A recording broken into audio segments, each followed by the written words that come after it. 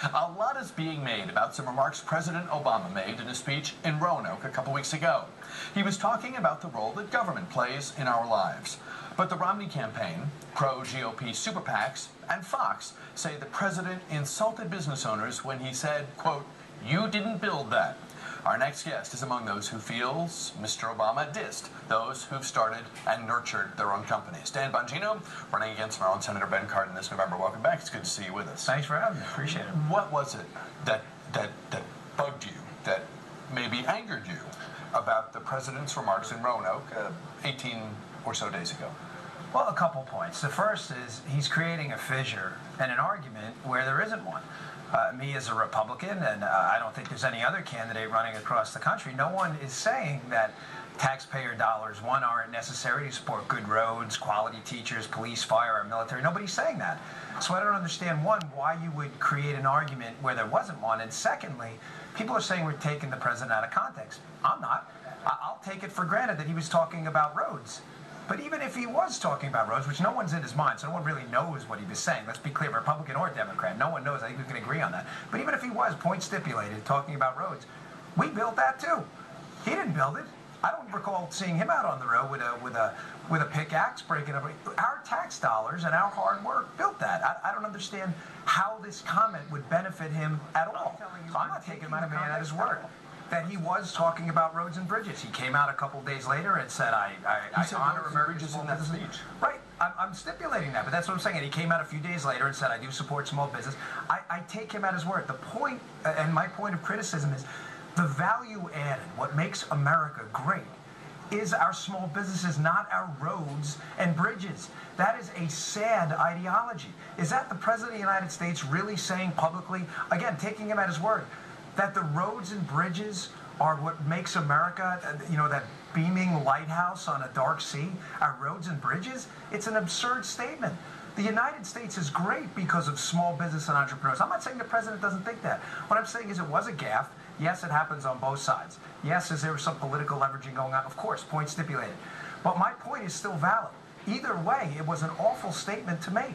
We paid for those roads and bridges. Us. He didn't build it. Neither did Ben Cardin. Neither did I. I was never a construction worker. But our tax dollars from our hard work, my wife's a small business owner and a first-generation immigrant, an American success story. Her hard work paid those construction workers good salaries to build our roads. Either way, he's wrong. Even if you take him at his word, I don't understand how he even defends it. Phone lines open as we talk with Maryland Senate hopeful Dan Bongino, 703-387-1029. Picking up on some of the themes that have been put forward, and in reading it, and I did read it, you basically endorse the criticism that has been leveled at the president over the speech. That op-ed's been went viral relatively quickly. It was actually a piece I wrote on my fan page, my Facebook fan page initially, and it's based on a true story. I did walk in a room at 5 a.m. and watch my wife, a small business owner, typing with one hand as she was holding my crying newborn. I walked in to soothe my child. I have a 6-month-old. Didn't realize my wife had beat me to the punch. She was trying to finish a website for a web design company she works at. It was due by 12 a.m. the next day, and she was behind because it was so much work. And it really viscerally got to me, that statement about you didn't build that, even about roads, stipulated. That, what my wife was doing that night, that sweat, her eyes, her sunken-in eyeballs, her fatigue, it was the tax dollars her company's going to pay that builds those roads. Either way, he's wrong. Nobody is saying that good teachers didn't contribute to my wife's success. The American immigration system didn't contribute to my wife's success. Nobody's saying that. So my point in this is, why even say it? It was a huge mistake, and he deserves to be called on it. It's not in a zero context that he's making these comments. Right, but again, those are comments made by others. I'm running as an outsider. I've never been elected to office. I don't support every statement ever made by a Republican. Someone asked me about, the individual mandate being a heritage. Well, I wasn't with Heritage. I don't support the individual mandate. I'm not running as a Heritage candidate. I like Heritage. I subscribe to their website. I like their stuff, but I'm running as Dan Bongino, the outsider. I don't agree with everything that was said on both sides. Neither do I expect my opponent, Ben Cardin, to support every single Democratic talking point that comes out either. So I think it's a bit unfair to categorize it that way. We have to take a break. We'll continue our conversation with you. You seem to be saying that entrepreneurs fund the government Period. I'm saying American calluses on their hands fund the government.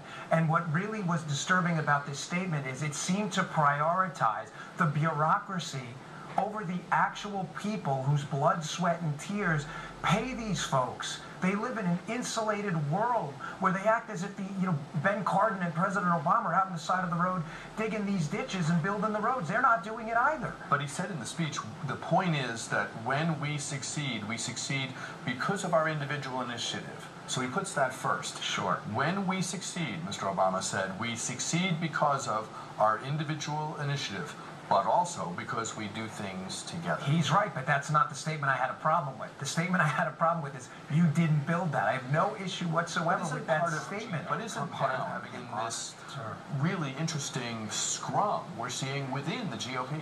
Great question. My allegiance is to one place and one place only, and that's to the voters. It's not to an ideology. It's not to any particular party. It is to the voters. That's why we won our primary. We defeated 9 other people, some who were establishment candidates, very quality individuals. My allegiance is to the voters. I've bucked my party. I will buck both parties. I've said good things about President Clinton, good things about President Bush, bad things about President Clinton, and bad things about President Bush, policy-wise, of course, not personal.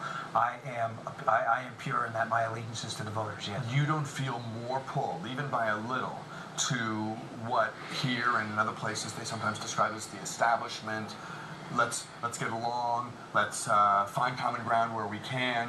I'm speaking in really broad terms now. You don't feel even a little bit more pulled to one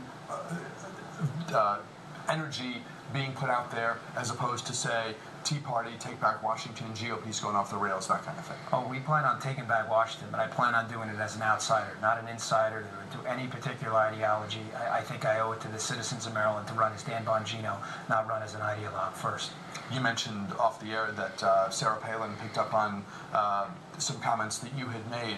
Would she be an asset? You're running against a guy who's won a bunch of times, over and over and over, first in Congress, now Senate. Generally, I think people like Ben Cardin. If Sarah Palin said, hey, Dan Bongino, like what you're doing, let me come to Maryland and do an event for you, would that be something you'd embrace? Well, if a major political figure in either party thinks I'm the better candidate, you're certainly not going to turn it down. And she liked the speech. A lot of people did. It was viewed 12,000 times. And watch the speech. You won't be disappointed. Dan Bongino running for the Senate in Maryland against Ben Cardin. Always good to have you back. Thanks very much for your time. We'll step aside. We are back with more News Talk right after this.